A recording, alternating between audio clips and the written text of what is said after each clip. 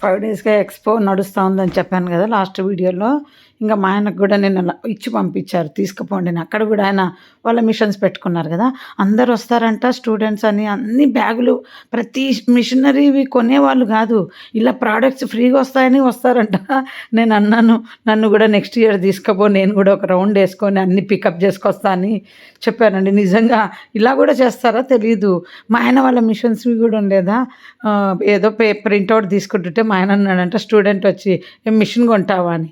లేదు అంటే అది శాంపిల్‌కి పెట్టాము మిషన్ కొనే వాళ్ళ కోసమే అని. అక్కడ మ్యానుఫ్యాక్చరింగ్ మిషన్స్ రెడీ చేస్తూ అక్కడ చూపిస్తా ఉంటారంట. వచ్చినోళ్ళకు తీసుకుపోవచ్చంట అందరివి. ఈ బ్యాగ్ గూడా వచ్చింది నాకు. అందుకని నేను ఇట్లా డైలీ వేర్ బట్టలు బ్యాగ్‌లో పెట్టుకున్నానండి. ఏమవుతదంటే వంగబడి తీసుకోవాలి. బ్యాగ్ అయితే ఇట్లా తీసి బెడ్ మీద పెట్టుకొని ఇలా నిలబెట్టేసుకోవచ్చు. నేను అన్ని పెట్టుకోట్స్ కానీ, చుడీదార్లు గానీ, శారీస్ గానీ అన్ని బ్యాగ్‌లలోనే ఉంటాయి అల్మారీలో.